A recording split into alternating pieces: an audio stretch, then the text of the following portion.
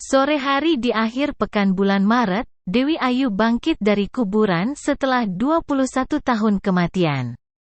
Seorang bocah gembala dibuat terbangun dari tidur siang di bawah pohon Kamboja.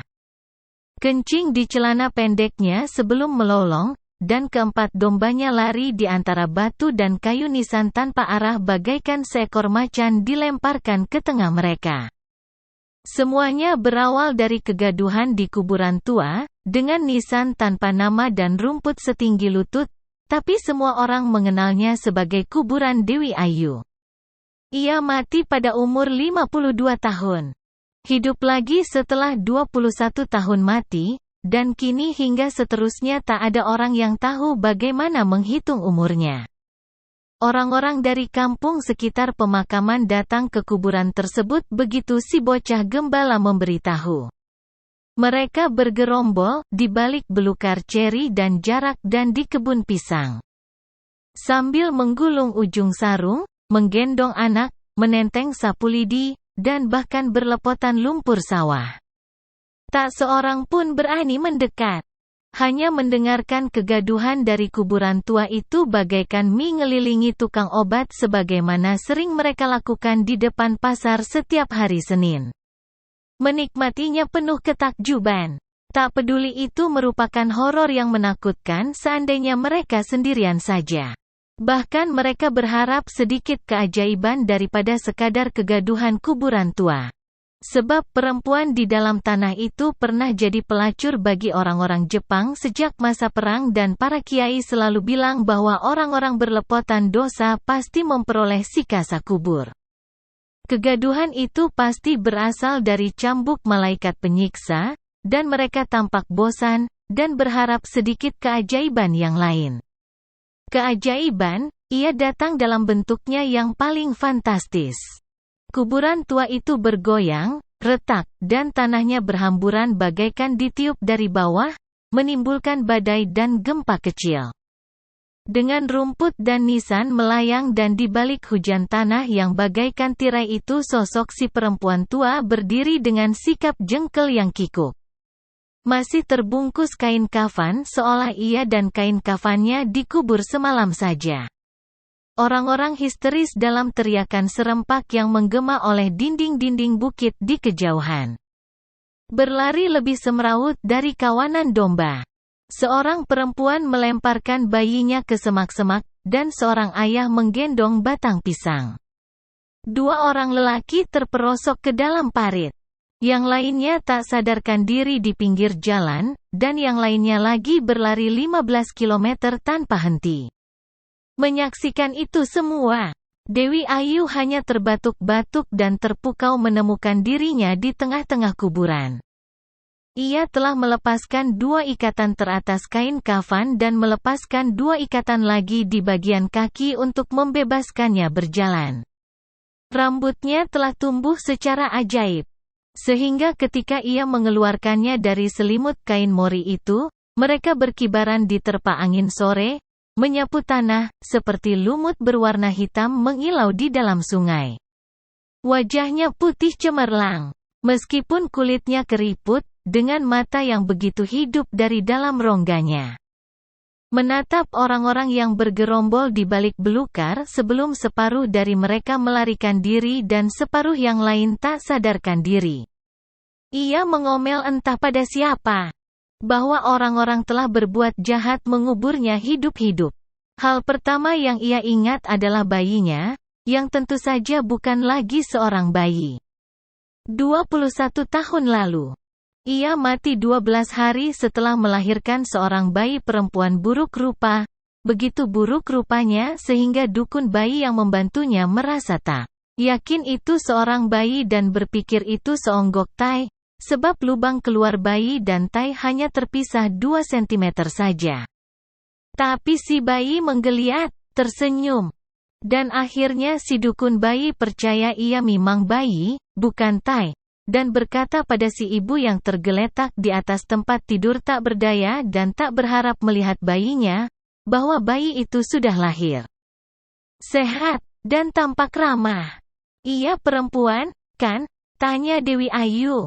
Yah, kata si dukun bayi, seperti 3 bayi sebelumnya. 4 anak perempuan, semuanya cantik. Seharusnya aku punya tempat pelacuran sendiri, kata Dewi Ayu dengan nada jengkel yang sempurna. Katakan padaku, secantik apa si bungsu ini? Si bayi terbungkus rapat oleh belitan kain dalam gendongan si dukun bayi, kini mulai menangis dan meronta.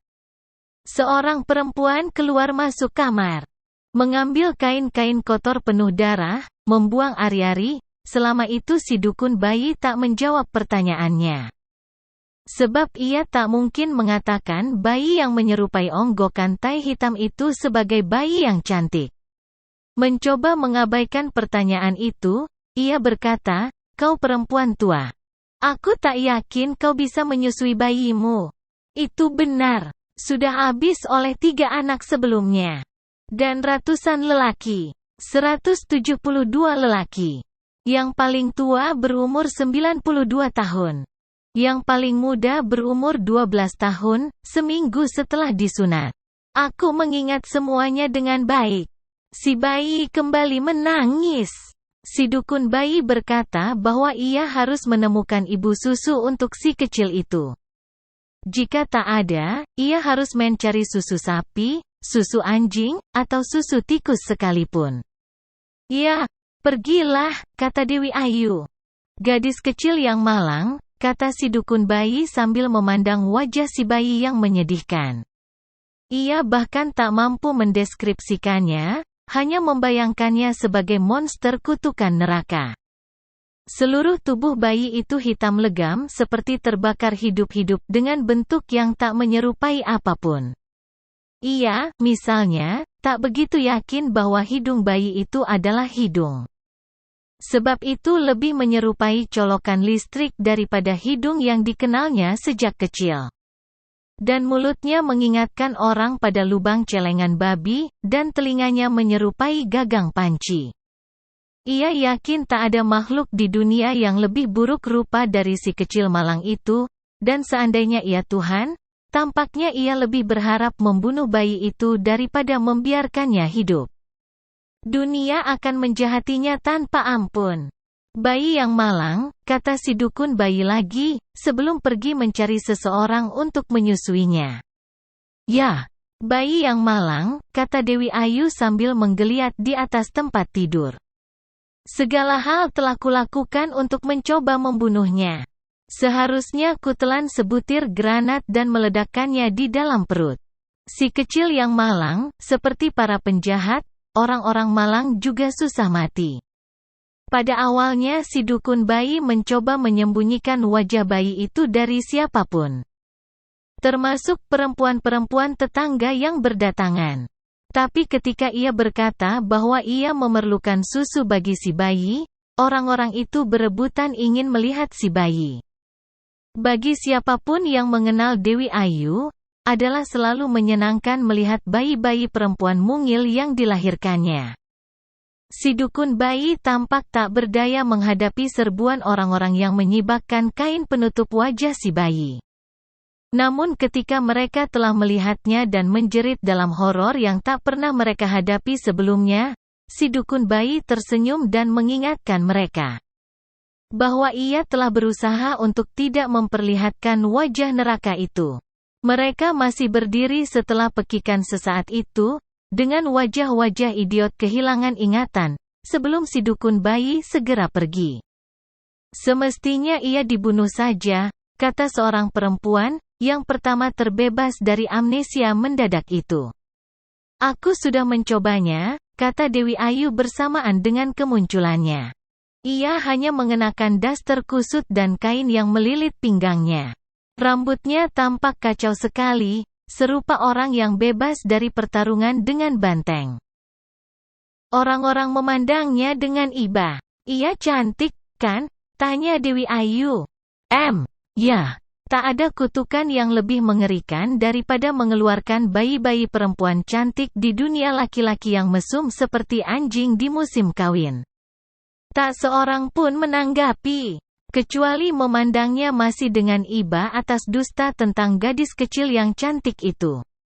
Rosinah, Si gadis Gunung Bisu yang telah melayani Dewi Ayu selama bertahun-tahun menggiring perempuan itu ke kamar mandi.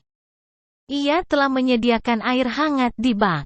Dan di sanalah Dewi Ayu berendam bersama sabun wangi bersulfur, dibantu si gadis bisu yang mengeramasi rambutnya dengan minyak lidah buaya.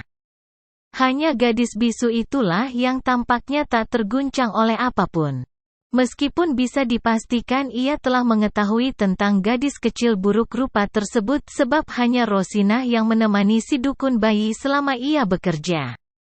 Ia menggosok punggung majikannya dengan batu gosok, menyelimutinya dengan handuk, membereskan kamar mandi sementara Dewi Ayu melangkah keluar.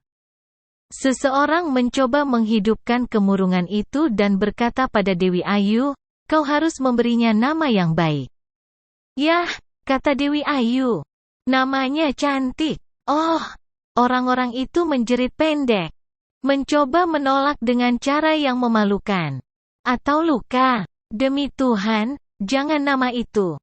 Kalau begitu, namanya cantik." Mereka memandang tak berdaya sebab Dewi Ayu telah melangkah masuk ke dalam kamarnya untuk berpakaian.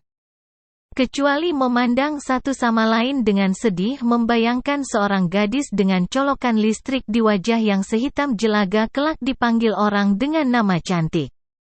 Sebuah skandal memalukan. Bagaimanapun, adalah benar bahwa Dewi Ayu telah mencoba.